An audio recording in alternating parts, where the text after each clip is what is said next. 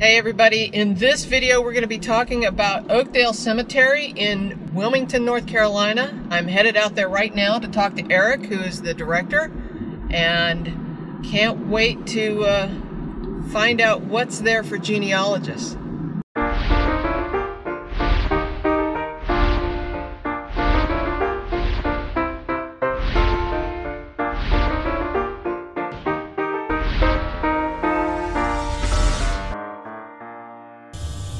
Hey everybody, welcome back. We're going to get started with that interview in just a second, but I wanted to point out Oakdale Cemetery, established in 1852, is open every day of the year, so stick around, we'll be right back.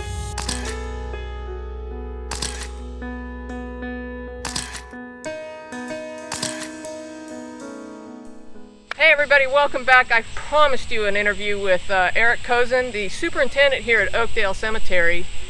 He is here to give us a quick tour of what is not available online and what is. So, Eric, take it away. You're going to tell us a little bit about this plot.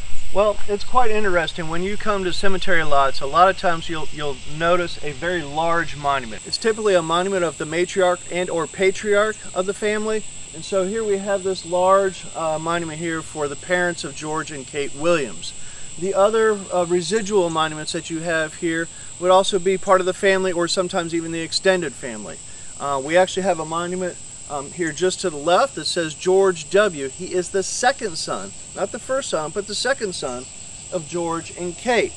And so, and to the right, we also have another monument there, which is called a pleurant. It's actually a person of sorrow, and her monument says that she's Maggie Murchison, and she is the wife of W.A. Holladay, as well as the daughter of George and W. Kate. So you have a lot of this extra information that you can find on a tombstone that you would not necessarily find within our records.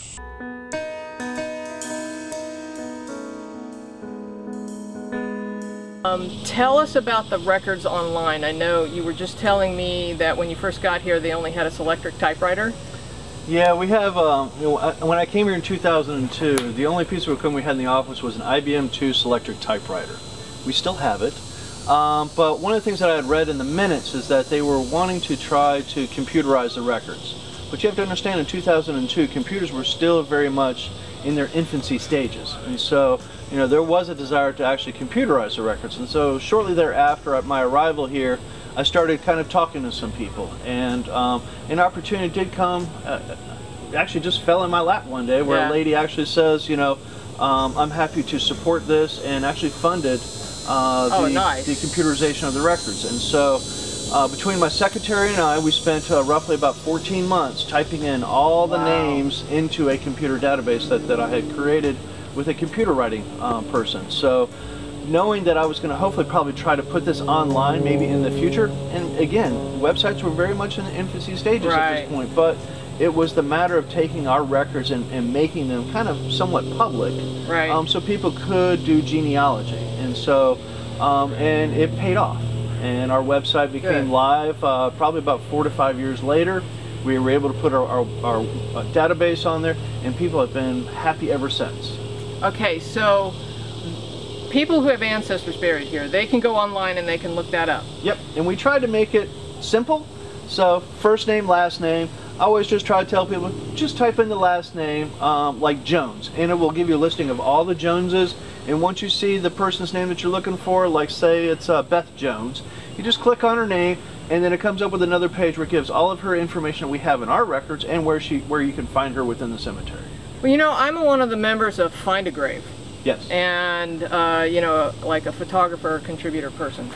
And I get requests all the time, and I've come out here several times to try and find some of those graves. Do you guys normally go out, and are you hooked in with Find a Grave and try and find those people? I used to do the volunteer stuff, but we have basically plateaued. There's actually an individual, for our sake, who actually has taken probably 70% of the pictures in here. Wonderful. But the thing is that he's already photographed all the monuments. All the monuments that can be photographed, right? Because every time I come out here, it's like a piece of dirt. There's nothing there. Exactly. And so what happens is that those requests continue to come in because there's not a picture of the monument. Got it. And so there's a reason why there's not a picture up there, is because there's nothing available to take a picture of. Okay. All right, so in the office, are there more records available for genealogists? Not really. Everything that we have done, we have put online. So, okay. You know, our records will pretty much not indicate much other than probably cause of death. Because prior to death certificates that were being issued, I think here in New Hanover County, it was roughly right around 1915 is when death certificates became issued.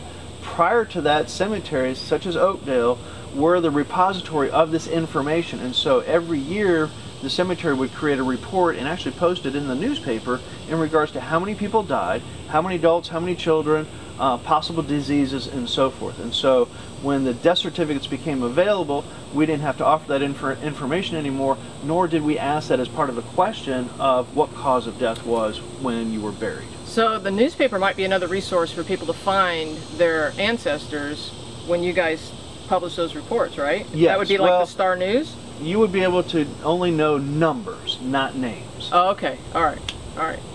Sorry. Good. No, that's all right. I just was like, oh, newspapers, you know, is one of my things. Newspapers are a great resource, but, you know, obituaries have evolved. Yeah. As well as cemeteries. Right, so, you know, right. The amount of information that was put in an obituary back in the 1800s is completely different than what you find today. Yeah. So, but, you know, and I always had a tendency to see that the obituaries between about 1900 to about 1950 were vastly different too. They were very simple. So they didn't really, you know, offer a whole lot of additional information.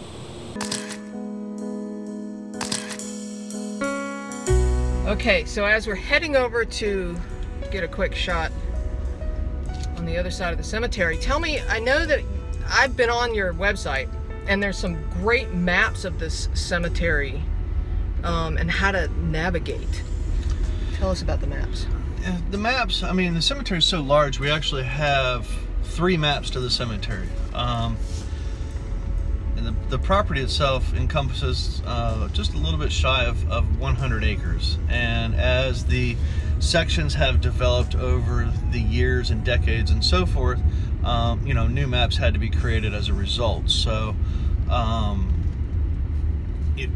it's funny that it's even harder to understand some of these maps in these sections, because as time was developed, they had to continue with numbers and so forth, and unfortunately the numbers don't necessarily kind of work connected to each other. So it's even difficult for me sometimes to know exactly where in the cemetery. So they have been helpful, and if I remember correctly, I was using, I think you have an app. I was out here 6 months ago or something. I was looking it up. Maybe it's not an app, but I was looking it up on the website, and I was able to zoom in while I'm driving around out here and go, oh, okay, I think it's over here. You know, it was kind of nice. Yeah, our maps are able to be kind of blown up a little bit. You know, they're done in a PDF, and actually when you look up the person's name, there is a part of the map on a majority of the names, and so it will actually kind of give you an idea of where it is within the cemetery. It doesn't give you the exact location, because the information that's on it gives you the exact location, but it gives you the general location of where it is within the cemetery, and you're able to blow it up some as well. So we were considering an app to be done out here in the cemetery, but the one thing that goes against us, sunshine. But you know what? When I was using, I remember now, I was using Google Chrome, and it worked fine. I don't know that you need an app, because nowadays with the responsive websites, it all shrank down and moved out and, you know, did what it needed to do. Yeah, so I don't know that you really need an app. I decided to not go along with an app. I mean, as interesting as it would be, it just didn't fit for us.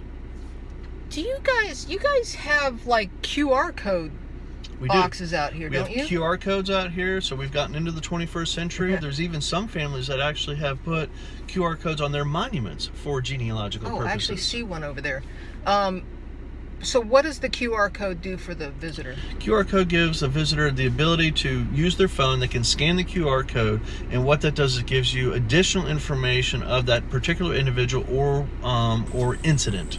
You know, we have one for our yellow fever epidemic, which is, you know, you go there and you learn about the entire yellow fever epidemic. So if you come to an individual's grave site, you're learning about the individual and the story that goes along with it.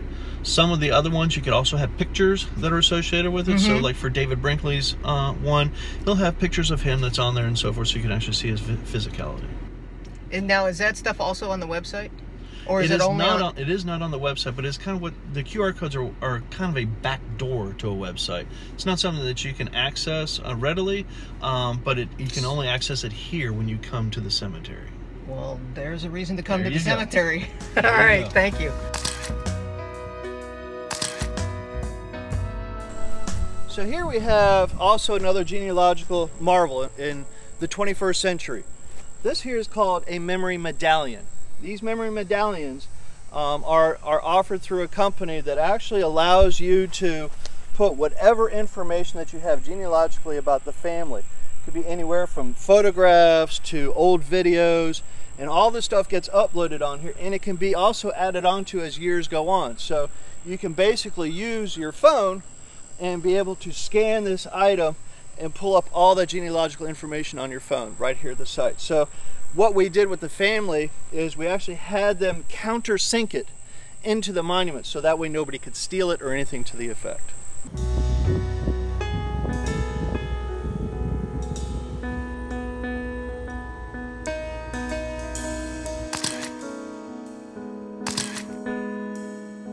So what we have here is a monument here for the Bakers. It is a perfect rendition of the inception of our website for database purposes and for genealogical purposes.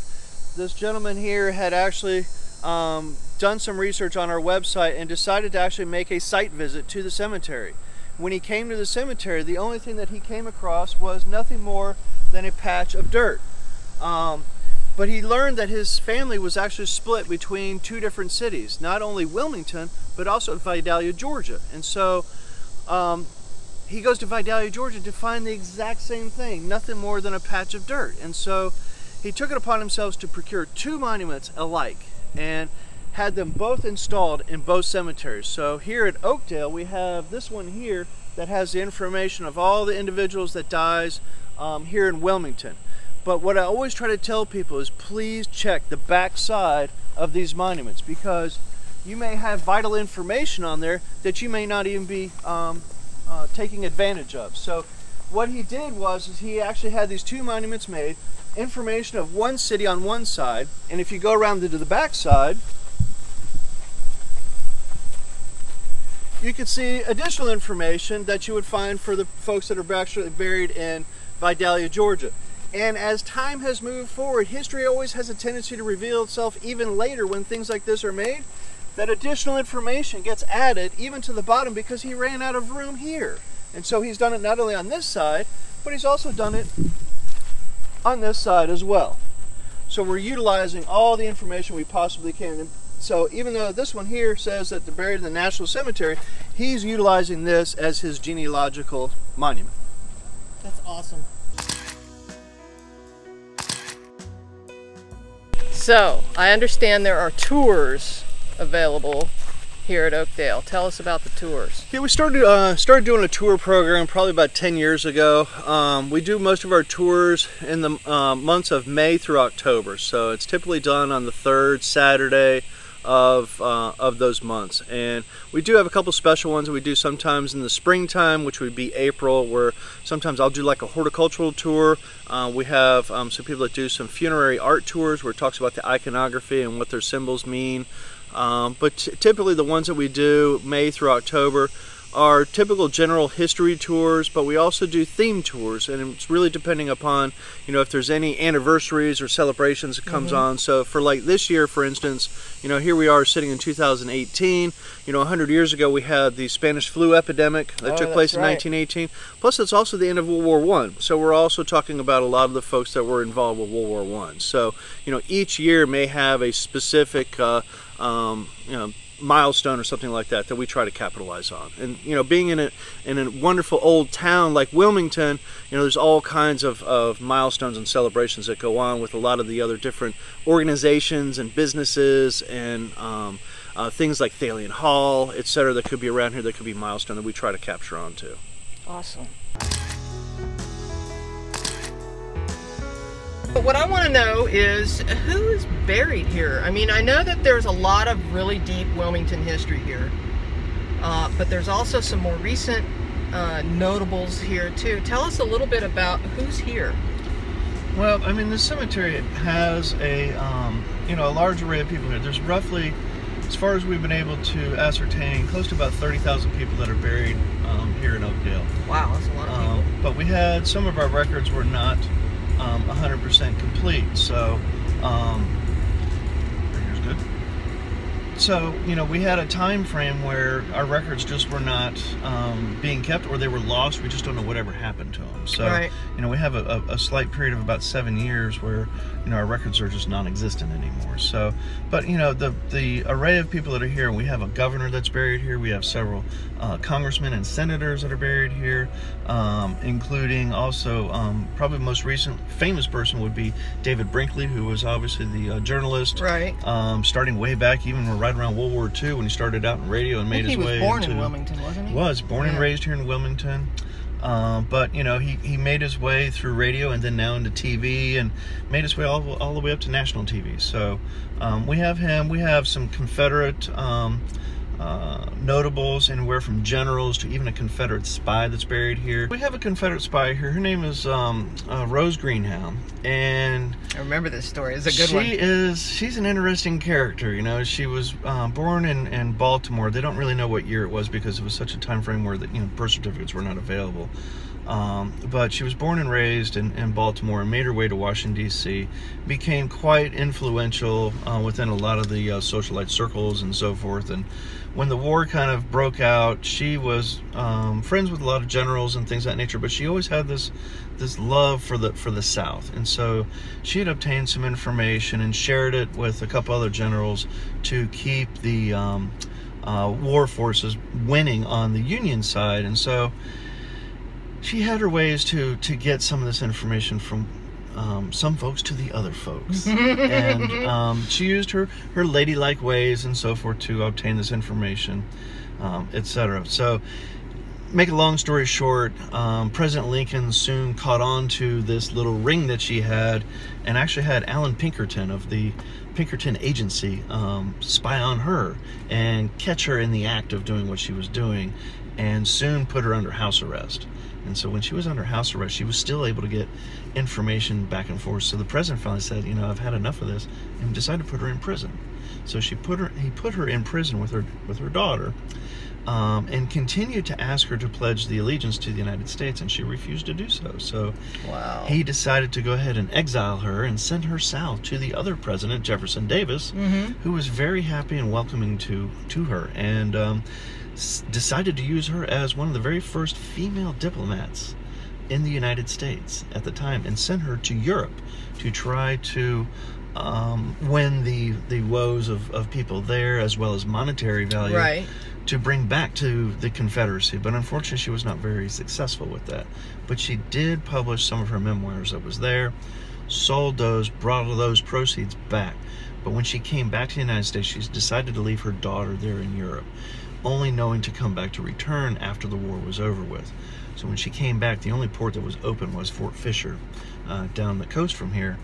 And that's a good story, when she too. got there, she was not able to come ashore, and so she demanded the captain of the boat to put a dinghy down and get her ashore, because she did not want to get captured by the Union blockades. Unfortunately, after that boat had left the larger vessel, it unfortunately capsized and she sank and drowned as a result. Her body was found a couple days later, washed up on the shore by some soldiers, and they brought her into Wilmington, soon found out who she was, and then she had a full honors burial service right here at Oakdale Cemetery back in 1864. There was a fire downtown, and he was a volunteer fireman. And it's Captain Ellerbrock. Oh, I've got it backwards. Different person. All right, tell us that story then. Well, his story is that, he was a riverboat captain, and a lot of the able-bodied men at the time were considered volunteer firemen. There wasn't really a fire department per se at that time. So there was a fire that broke out near 2nd and Dock Street, and he had noticed that the fire had started. He'd come up, and he was pretty well known around town with him and his also side companion, his dog named Boss.